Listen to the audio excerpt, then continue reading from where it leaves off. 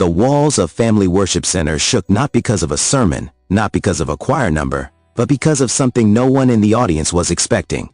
Gabriel Swaggart, the grandson of Jimmy Swaggart and heir apparent to the ministry, stepped onto the pulpit and announced something so massive, so electrifying, that the congregation gasped in unison.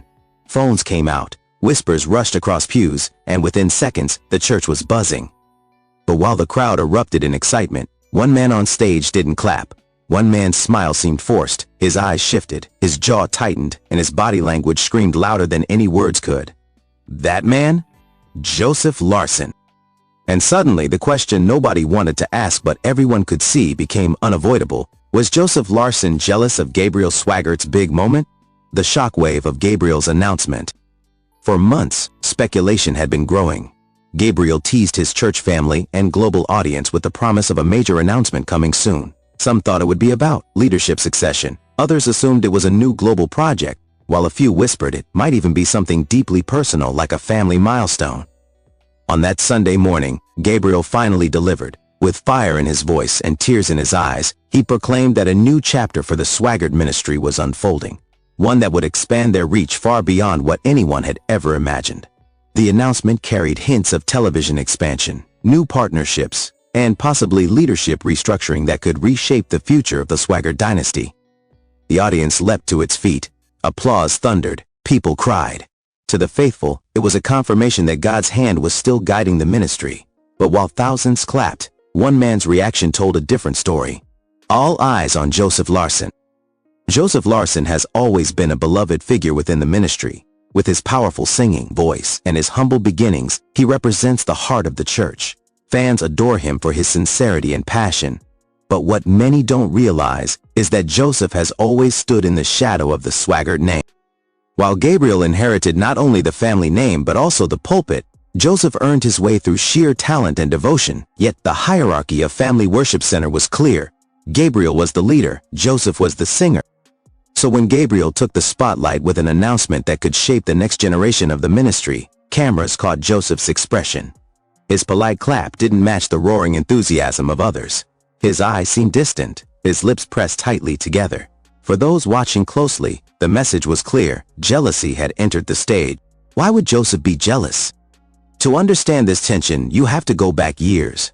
Joseph Larson and Gabriel Swaggart grew up in the same ministry but on very different tracks. Gabriel, born into the Swaggart dynasty, destined to inherit the pulpit. Every step of his life was guided toward leadership. Joseph, a talented outsider who married into visibility. Despite his skills, he was never seen as the heir, always the supporting act. For years, whispers circulated within church circles that Joseph hoped to play a bigger role, maybe even preaching more often or leading projects. But every time, Gabriel stood in the way simply because of his last name. So when Gabriel announced this big surprise, it wasn't just another church update. To Joseph, it was a reminder that no matter how hard he worked, the Swaggart spotlight would always belong to Gabriel. The tense body language breakdown. Body language experts who later reviewed the footage of the announcement pointed out subtle but undeniable signs of discomfort from Joseph. Crossed arms. At moments when the congregation stood and cheered, Joseph folded his arms instead of lifting them in praise. Tight smile instead of a joyful grin. His smile looked restrained, almost forced. Glances away. While others kept their eyes on Gabriel, Joseph frequently looked down or away, avoiding direct engagement. These micro-expressions may not scream open conflict, but to anyone who understands stage dynamics, they shouted volumes.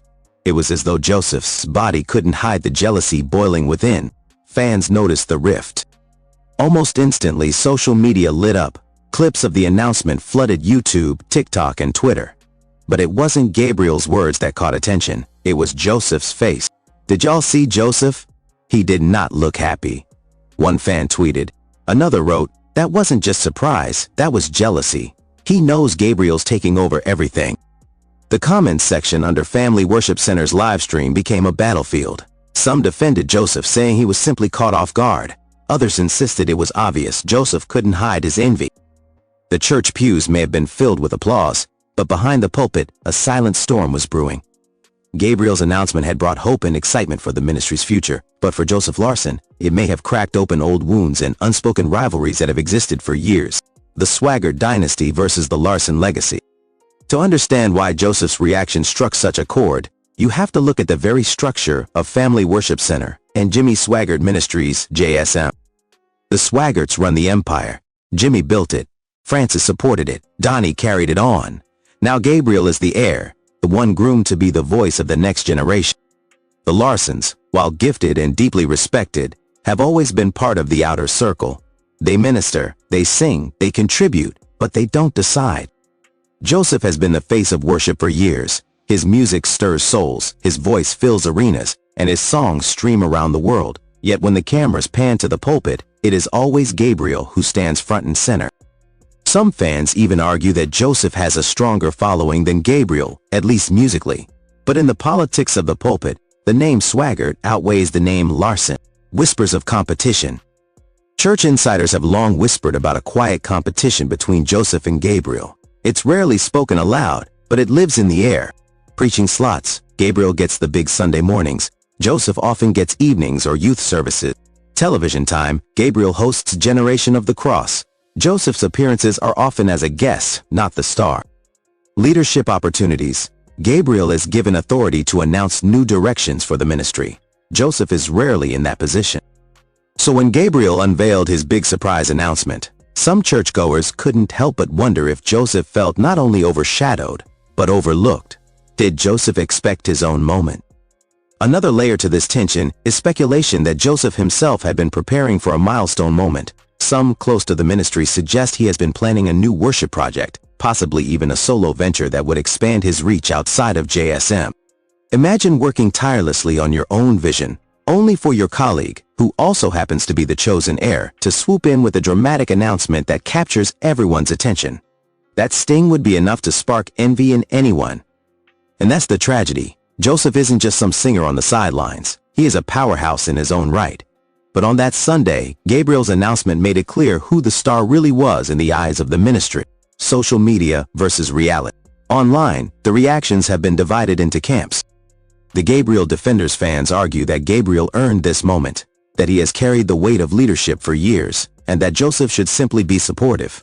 Joseph should be happy for him, not bitter. Gabriel's the leader. That's how it's always been.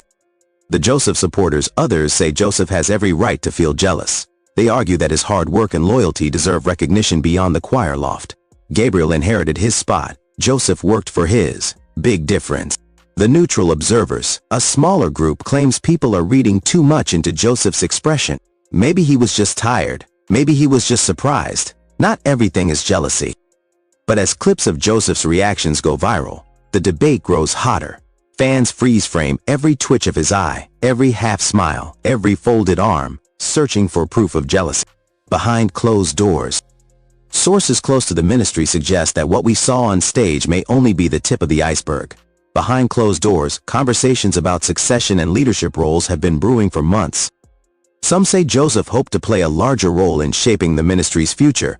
Others insist Gabriel has already solidified his control, with Donnie and Francis backing him fully. If that's true, Joseph may be facing a painful reality. His ceiling within JSM has already been set. And that's where jealousy often takes root, when you realize your growth is capped, not by your talent, but by politics. Francis Swaggart's watchful eye.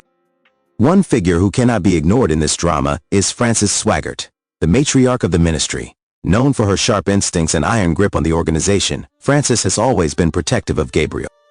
Some longtime staff members whisper that Francis sees Gabriel as the future torchbearer and has little patience for anyone, even Joseph, who might appear to challenge his authority. So if Joseph did show jealousy, you can bet Francis noticed. And in the world of JSM, Francis noticing is never a small thing. The rift that could grow. For now, the tension is unspoken. Joseph remains on stage, still singing, still smiling when he needs to. Gabriel continues to preach, leading with boldness. But moments like this don't disappear. They fester, they grow, and sometimes they explode. The real question is this: was Joseph's reaction just a fleeting moment of human jealousy, or was it the spark that could ignite a much bigger rift within the Swaggart empire? When the camera stopped rolling and the applause faded, the echoes of Gabriel Swaggart's big announcement still lingered in the air. But for Joseph Larson, the thunder of claps may have sounded more like a drumbeat of doubt. To some, it was just another Sunday morning. To others, it was the beginning of a silent war inside the Family Worship Center. Joseph's personal struggles behind the mic.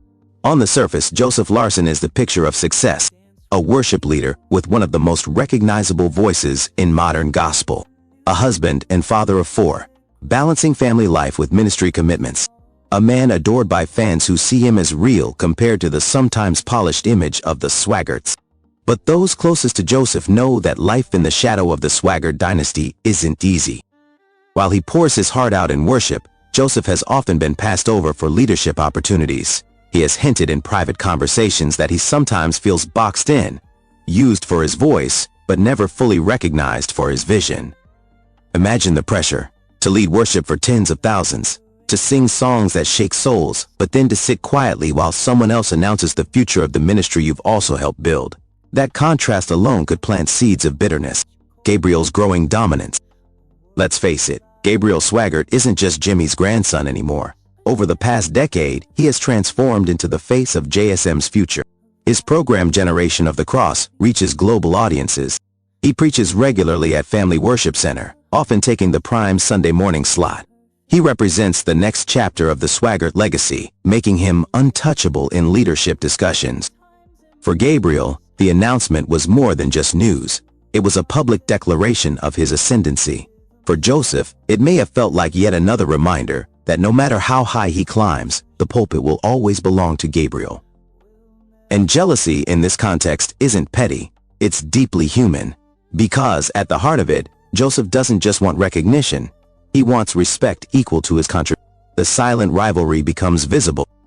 For years, churchgoers whispered about a rivalry between Joseph and Gabriel. It was subtle, never confirmed, never spoken openly, but body language tells